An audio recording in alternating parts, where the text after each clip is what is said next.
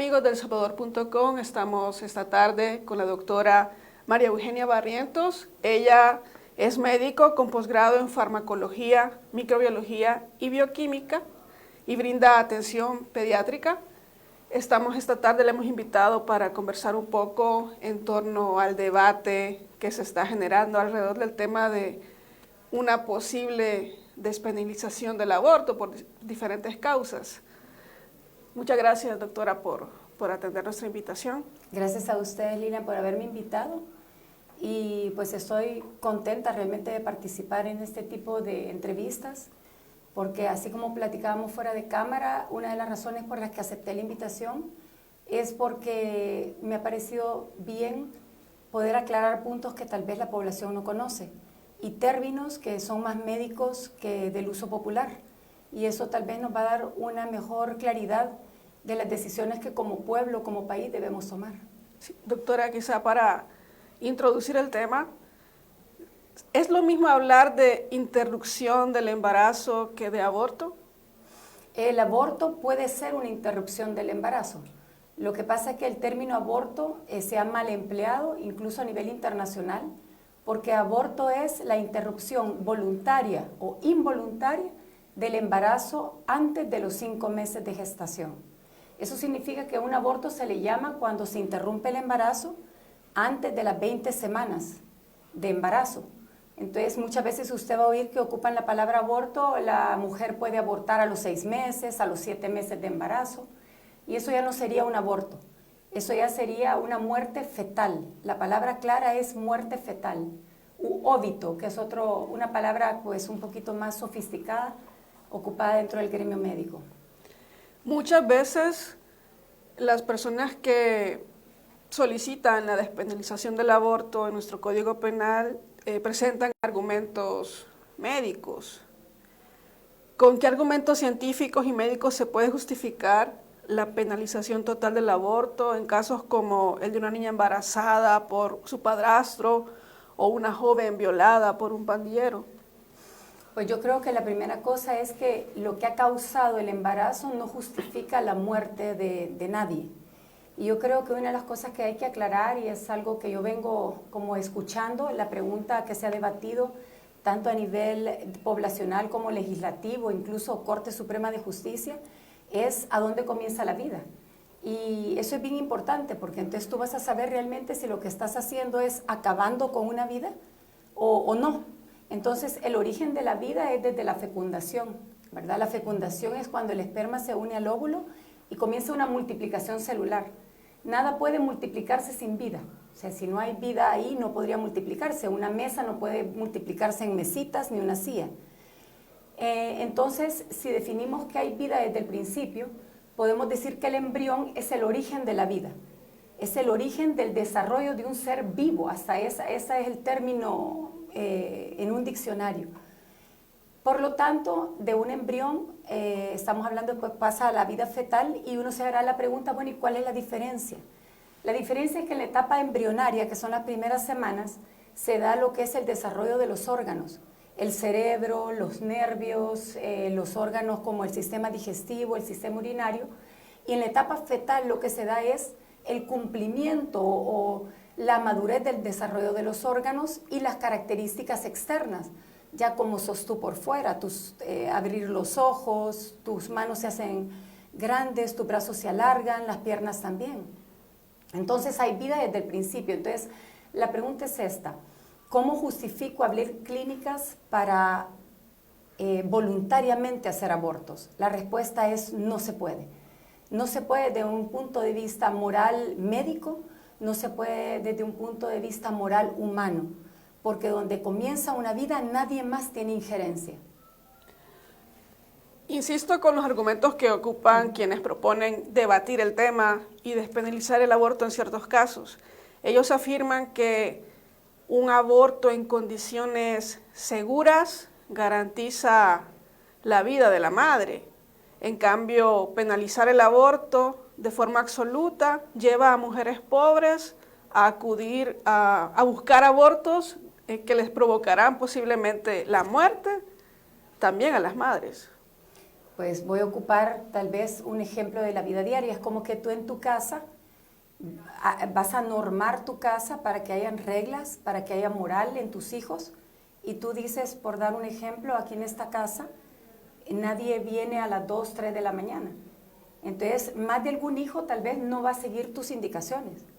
Va a llegar tal vez con tragos, va a llegar tarde, puede chocar, hay consecuencias. Pero no porque un hijo se va a salir de lo que tú has dicho, de la ley, entonces tú vas a decir, bueno, para que mi hijo llegue más seguro, entonces yo lo que voy a hacer es que le voy a mandar un Uber para que me lo traiga a las 5 de la mañana. Entonces lo mismo acá, no se puede normar algo porque hay gente que lo hace a escondidas. Una de las cosas bien importantes que escuché, no sé realmente quién lo dijo, pero lo leí en los periódicos, era que opinaban lo siguiente, que la ley que prohibía el aborto no cumplía su objetivo. Entonces yo me puse a pensar, o sea, ¿cuál es el objetivo de la ley? ¿Cuál es el objetivo de normar, de que hayan reglas, de que haya un orden? Y es realmente que las personas sepamos cuál es el comportamiento esperado. Entonces, el objetivo de que no haya abortos es normar, pero eso no va a impedir que las personas lo hagan clandestinamente o que alguien lo quiera hacer en contra de lo que nosotros hemos dicho. Y no porque lo van a hacer así, entonces la ley no se cumple. No, la ley se cumple. Tú estás diciendo lo que no hay que hacer. El cumplimiento de la ley es que la gente esté clara de lo correcto y lo incorrecto. Ese es el objetivo. Entonces, volvamos a lo que ellas dicen para entrar ya como en materia y que no haya tanta confusión al respecto. En primer lugar, en una charla que yo tuve, las preguntas que yo le hice al público, porque estábamos hablando de esos temas, es, quiero que me levanten la mano las personas que están sentadas entre el público y entre sus familias, ya sea tías, abuelitas, mamás, hermanas, han habido pérdidas de hijos, o sea, han perdido a su bebé por abortos espontáneos, por cualquier cosa, ¿verdad? Un embarazo complicado. Y la gente, más de un 50% levantó la mano, o sea, que habían tenido en su hogar o alguien que había perdido un bebé. Y después pedí que por favor me levantara la mano alguien que sabía de una madre que había muerto durante el embarazo. Y de todo ese público, que era enorme, solo una persona levantó la mano. Y le pregunté por qué, ¿verdad? Y ella me contó que era por hipertensión. Entonces, eclampsia o preeclampsia. Entonces, no se puede estar abriendo estas puertas que primero van en contra de la vida de otro ser humano, del cual ni yo, que soy mujer, tengo derecho sobre un nuevo ser. Yo puedo llevarlo en mi vientre y puedo llevar en mi vientre la gestación, que es el desarrollo.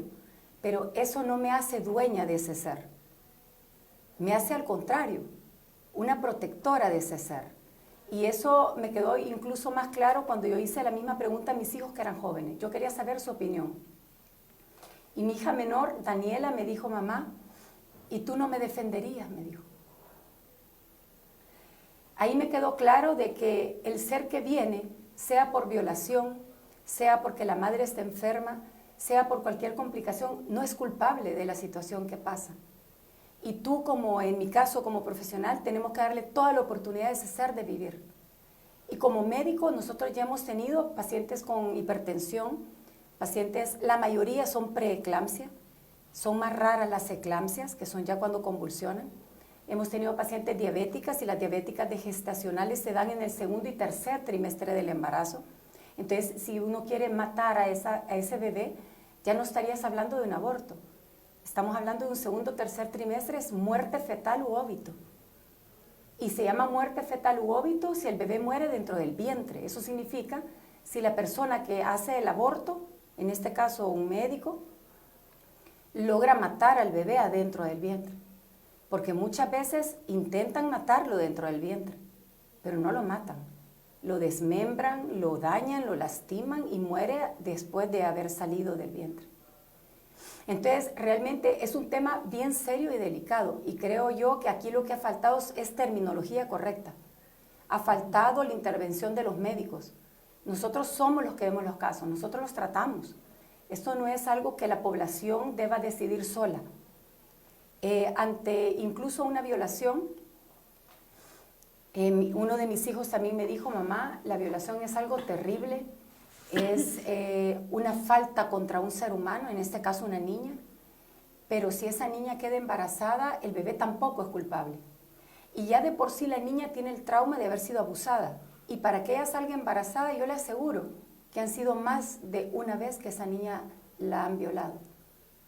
Entonces, no solo la niña ha sufrido el abuso, el trauma de ser violada, abusada y obligada a callarse, sino que además de eso tú, sin que ella tenga la madurez, la vas a someter a un procedimiento donde vas a matar al hijo que viene.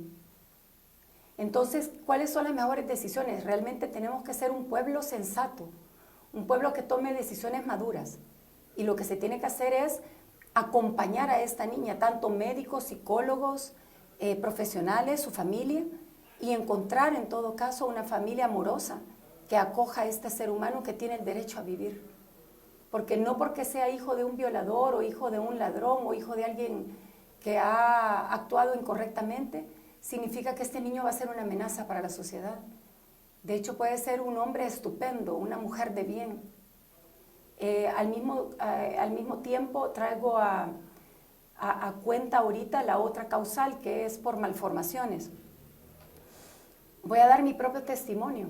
En mi segundo embarazo, a mí el médico me dijo en mi 4º mes de embarazo que mi hijo traía una malformación en los pulmones, que había lo más posible un tumor que había crecido a partir de quistes y que empujaba su corazón hacia la derecha.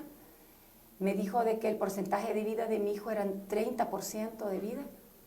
Todas esas preguntas no te llevan más que a veces pensar ¿qué hago? Sin embargo, bendito sea Dios porque soy médico, jamás estuvo en mi cabeza ni siquiera cerca de pensar en abortar. Cuando seguimos el embarazo, el doctor me decía que seguía el problema, que iba a haber que operarlo. Tuvimos ahí pediatras, intensivistas, todo el cuidado, lo que yo hablo, el tener las personas correctas que acompañen al caso. Y cuando nace mi hijo, el doctor me dijo, tu hijo va a haber que quitarle 3/4 partes del pulmón, lo más seguro, a un pulmón entero. Eso es lo que nos indican las resonancias magnéticas, la ultra que te hicimos antes de dar a luz, y solamente al operar vamos a estar 100% seguros, me dijeron.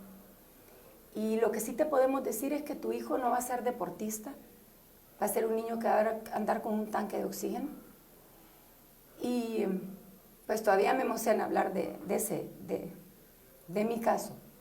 ¿Y se cumplió lo que dijo el doctor? ¿El niño ha dependido de un tanque de oxígeno? No, mi hijo tiene hoy 21 años, estudia geología, está becado en Estados Unidos y fue campeón centroamericano de tenis. Usted afirma que cuando se habla de aborto o de interrupción del embarazo se está hablando de 2 vidas, pero ¿qué argumentos científicos se pueden presentar para decir que el feto es un ser humano con derechos? Porque quienes quieren despenalizar el aborto hablan de que la única vida humana que está en juego en ese momento es la de la madre. Es correcto. Pues yo creo que desde el momento que algo se nutre, desde el momento que algo se alimenta, desde el momento que algo se divide, se multiplica, crea, es que es lógica. Yo creo que ni siquiera siendo médico podría explicar tan sencillo como nada necesita alimento si no tiene vida. Nada crece ni se multiplica si no hay un núcleo o algo que genere proteínas y todo lo que va a crear ese nuevo sistema. O sea, eso no es debatible, eso es lo interesante. Esos son hechos. En inglés son facts. O sea que si yo voy a buscar la palabra, por ejemplo, ¿qué es embrión? El embrión es el origen del desarrollo de un ser vivo. O sea que aquí lo que debemos entender es que el ser humano, como todo, una planta, un animal, tienen un desarrollo, desde su origen hasta todas sus etapas. Entonces la pregunta es, ¿quién sos tú para querer eliminar una de las etapas? De hecho, una palabra que a mí realmente me conmovió fue la palabra interrupción, porque se ocupa mucho esa palabra, interrumpamos el embarazo. La palabra interrupción viene del latín interruptere. Interruptere significa romper en pedazos. O sea, realmente cuando vi su origen como palabra, genuinamente me dieron escalofríos. Porque el aborto es eso, es romper en pedazos. Y pensé, romper en pedazos una vida de un niño, ¿verdad? La vida de un feto, la vida de este nuevo ser gestante. Y después dije, no, es romper dos vidas. Rompo la del niño y rompo la de la madre. Yo tengo en mi clínica, yo llevo el seguimiento de madres que han abortado y realmente es dolorosísimo, son personas que se sienten constantemente apenadas. Una de ellas perteneció a estos movimientos que querían abrirle las puertas al aborto y ella me decía que lo hacía porque le quitaba cargo de conciencia. Eso le daba como justificación a lo que había hecho. Muchas de ellas tienen ataques de pánico, terrores nocturnos, sueños constantes con ese hijo no nacido. Entonces, no, realmente es más fácil. ¿Cómo nos vamos a poner a invertir como nación en crear, digo así, pequeños cementerios, o sea, clínicas donde salga a diario seres humanos muertos? ¿Para qué? ¿Con qué razón? Si tú te pones a pensar cuál es el porcentaje de mujeres que tienen eclampsia o preeclampsia en el embarazo, vamos a ver que en países desarrollados estás hablando que de 100.000 embarazos, 3 son problemas durante el embarazo por una convulsión. 3. ¿Qué significa? Que entre más desarrollada la medicina, más desarrollado tengamos nuestro país en el sentido científico, en el sentido del personal médico que atiende, que te atiendan con cariño cuando entras a un hospital, que tú sos un ser humano enorme y grande si vienes de un mercado como si vienes de un edificio de ejecutivos, que una mujer no es más ni menos por lo que tiene. Eso para mí es darle valor a la mujer. La mujer es tan importante como un hombre. La mujer es tan importante en la sociedad y es lindo, por ejemplo, a mí todo este debate incluso de masculinidad y feminidad. Soy médico, soy madre de 5 hijos, trabajo, tengo maestría, me he podido totalmente desenvolver. Nunca he tenido algo que yo le diga, me veían de menos por ser mujer. Estuve en el Hospital San Juan de Dios de Santa Ana, he estado en el Hospital Rosales, en el Hospital San Rafael de Santa Tecla, estudié en la Universidad Evangélica. ¿Qué le puedo decir? O sea, realmente pienso yo que es más darle herramientas a la mujer, darle oportunidades, crear espacios correctos y mejorar nuestro sistema de salud que sí tiene muchas deficiencias, ¿verdad? ¿Qué le hace falta al sistema de salud para atender bien a las mujeres embarazadas? Primero, que toda mujer embarazada que entre sepa que porque ella llega gratis no significa que tiene que ser maltratada. Porque te tienen en un sistema público de salud no significa que a ti te da pena hacer preguntas, ¿verdad? Mucha mujer a mí me dice, el doctor no me hizo preguntas. Yo le digo, ¿por qué no las hiciste? Es que como ahí no pago, ellas sienten que no tienen como ese derecho. Entonces es más aclararles que tienen el derecho a hablar, a preguntar. Tienen el derecho a que se les saque su hemoglucotest para saber si son diabéticas desde un principio. Tomar su presión arterial desde el primer día que ella camina y llega ahí con su embarazo. Hacerle sus controles como son correctos. Buscar dar controles incluso si podemos gratuitos.